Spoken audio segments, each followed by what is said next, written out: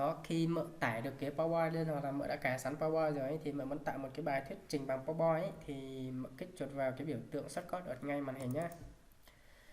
Đó là thao tác cơ bản nhất là mình mở cái đó là đơn giản nhất, hoặc là mợ có thể vào đây kích chuột phải này, xong rồi chọn new, sau đó chọn open Microsoft Word PowerPoint Presentation gì đấy, chọn vào này cũng được. Tuy nhiên là cháu có shortcut đây, cháu chọn shortcut luôn này. Ở đây thì nó sẽ gợi ý với phiên bản Word từ 2013 trở lên, nó sẽ gợi ý một số mẫu ở đây. Thì ví dụ như là mợ chọn cái, hoặc là cháu chọn cái này đi chẳng hạn. Đó. Thì đây nó sẽ bắt mình chọn màu, ví dụ cháu chọn màu xanh. Đó, xong chọn nút create đây. Nó sẽ tạo một cái bài thuyết trình như vậy. Đây là slide số 1 nó hiện luôn. Ở đây thì sẽ bước vào cái giao diện làm việc của cái Microsoft PowerPoint. Đấy, trình chiếu PowerPoint. Đây là phiên bản của cháu 2016.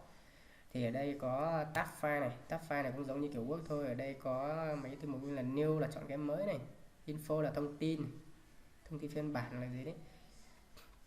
Giờ là share chia sẻ, print là để đến máy in này, server này, lưu lại và mở cái mục khác này, tài khoản này, option này, chế độ lưu. Ở đây mình sẽ chọn chế độ lưu như thế nào đó tùy vào mình. Đó, hoặc là trình home đây là trình chính mà mình có thể nhìn thấy toàn bộ cái gọi là từng slide một để mình trình chiếu.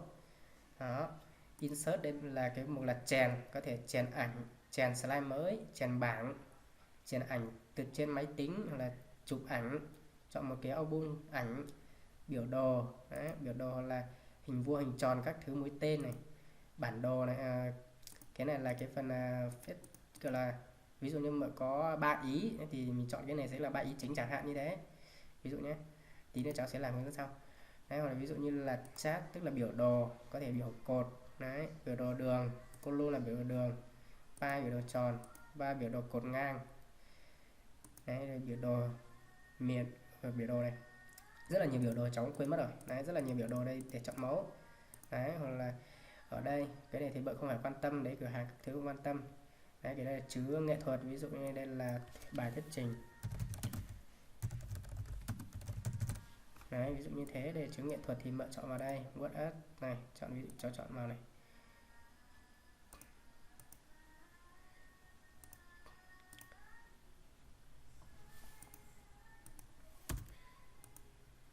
Đó.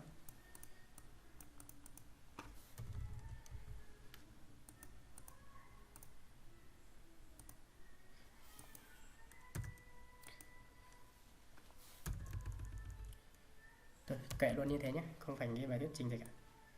Đấy, xong bạn chọn một kiểu bất kỳ, ví dụ chọn màu đỏ đây cho nó rõ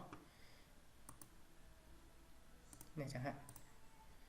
Đấy, rồi đến cái tension design. Design này là để mở chọn lại cái mục thiết kế của cái slide á. Ví dụ như chọn đây thì nó sẽ thay bảng cái slide như thế này. Đấy, chọn đây sẽ thay bảng slide như thế này. Đó, ở đây tension tức là hiệu ứng chuyển động. Chuyển động này là chuyển động giữa các slide nhé. Chuyển động từ, ví dụ như cháu thêm một slide ở đây, vào home này, cháu vào chỗ insert này, chọn new slide để có thêm một slide đây, hoặc là kích chuột phải chọn new slide cũng sẽ có thêm một slide. Đó, hoặc là tại insert này chọn đây rồi, đúng không? Đấy, thì như thế thì ví dụ như là cái đến cái transition này thì ví dụ như là từ slide 1 đến slide 2 mà muốn có chuyển động thì chọn, ví dụ như cháu chọn đây, kích chuột vào slide 1 này, chọn đây, nó sẽ hiện ra sao ở đây. Kích chuột slide 2, chọn đây, nó sẽ hiện ra sao. Đấy, nó sẽ hiện ra sao hết này. Ở animation này thì nó là hiệu ứng của chữ, tức là ví dụ đây cháu chọn your text here, tức là đặt chữ vào đây nhá, thì ví dụ kích chuột vào đây. Đó, sau đó cái mục này nó có thể hiển thị lên được. Đó, thì nó sẽ khi mà áp dụng vào nó sẽ hiện số 1 đây là cái hiệu ứng chạy đầu tiên. Ví dụ ở đây là đây, cháu có thêm một dòng đây, sau đó kích vào đây chọn 2, tức là cái này chạy đầu tiên và đến thứ tự tiếp theo là đến số 2 ở đây. Đó, đây là hiệu ứng của chữ, còn đây là hiệu ứng của slide nhá, nhớ như thế. Còn slide sau này thì là cái cách mọi trình chiếu thôi, cái này là bước sau cùng. Đấy, cái này là xem, có thể xem tùy nhiều chế độ, cái này thì mọi không quan tâm nhiều làm gì cả. View và review này là như nhau thôi, vào các thứ là mình có thể chọn được không thôi. Đấy, thì ví dụ như là đang có rất là nhiều mục này. Đó,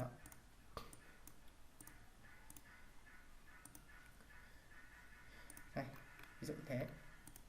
Chọn này cho nó bản sắc để nhìn rõ ấy. Bây giờ muốn chỉnh chiếu cái này, sau khi mợ đã nhập xong nội dung hết mọi thứ rồi nhá, thì mợ muốn chỉnh chiếu cái này. Đấy. Hoặc mợ muốn bôi cái này thì mình sẽ đây chọn thôi. Quan trọng thôi mình chọn. Từ đây nhiều thứ nhưng mà trongนี้chắc không cần đâu bởi vì có rất là nhiều mẫu đây rồi. Đấy thì sau khi mợ đã hoàn thành tất các cái nội dung mợ muốn chỉnh chiếu rồi. Đấy, rồi ví dụ mợ đang có một nội dung như này nhé. Các ý chính. Đó, thì ví dụ như cháu ví dụ chèn cái biểu đồ ở đây, insert này. Đấy, smart cha này, đấy, chèn cái này có ý nghĩa như này chẳng hạn này, ví dụ như thế. Thì câu 1, ý 1 tức là một này. Tôi đồng ý. Tôi nhất trí. Đó. 2. Chẳng hạn thế, cháu chỉ viết lung tung nhé.